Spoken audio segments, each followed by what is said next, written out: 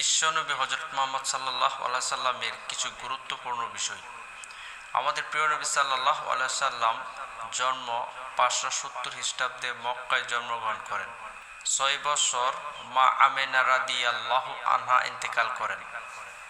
8 বছর দাদা Abdul Muttalib ইন্তেকাল করেন। 25 বছর বয়সে মা হাদিজা রাদিয়াল্লাহু আনহার সাথে বিবাহ বন্ধনে আবদ্ধ হন। 35 বছর বয়সে হাজার আসওয়াদ কালো পাথর স্থাপন নিয়ে বিরোধী মীমাংসা করেন।